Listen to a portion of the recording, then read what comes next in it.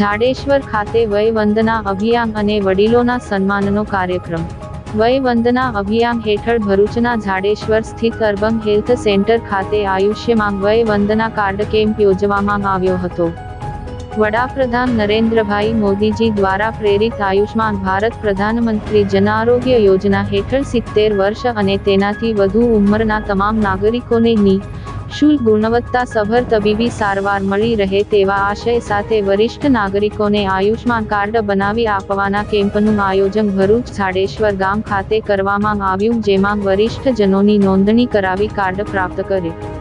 આ યોજના હેઠળ લાભાર્થીઓને લાભ આપવા માટે ભારતીય જનતા પાર્ટીના જિલ્લા પ્રમુખ પ્રકાશ મોદી, ભરૂચના ધારાસભ્ય રમેશ મિસ્ત્રી, તાલુકા પંચાયતના પ્રમુખ કૌશિક પટેલ અને પાર્ટીના અગ્રણીઓ, કાર્યકર્તાઓ અને મોટી સંખ્યામાં લાભાર્થીઓ ઉપસ્થિત રહ્યા હતા।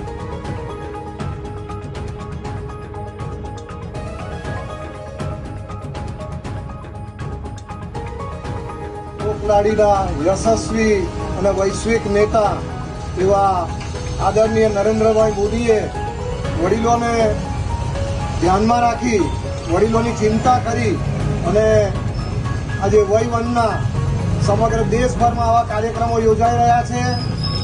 5 લાખ સુધીની સહાય ગુજરાત સરકાર તરફથી અને 5 લાખ સુધીની સહાય ભારત સરકાર તરફથી એમ કરીને આકસ્મિક કોઈ પણ સંજોગોમાં વડીલોને શારીરિક કોઈ તકલીફ થાય, કોઈ ઓપરેશનની સ્થિતિ આવે, કંઈ પણ હોય તો આ મેડિકલ સહાય 10 લાખ સુધીની મળવાપાત્ર રહેશે એવી જોગવાઈ કરેલી છે। આમ તો આપણે અગાઉ આ સ્થાન ઉપર એક કેમ્પ આ વયવંદના આયુષ્માન કાર્ડ લેવા માટે થઈ ગયો છે।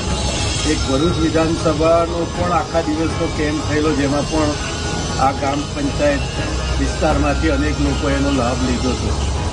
પરંતુ જેમ જેમ સમય વીતતો જાય એમ આ યાદી અપડેટ થતી હોય છે।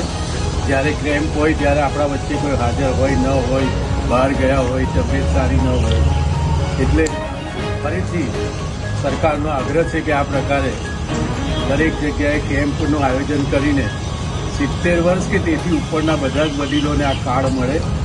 આપણને બધાને ખબર છે કે નિશ્ચિત બીમારીઓ માટે અને નિશ્ચિત હોસ્પિટલો જેની સાથે ગુજરાત સરકારે કરાર કર્યો છે એવા બધી જ હોસ્પિટલોમાં અને નક્કી કરેલી બીમારીઓમાં આ કાર્ડનો ઉપયોગ આપણને થાય।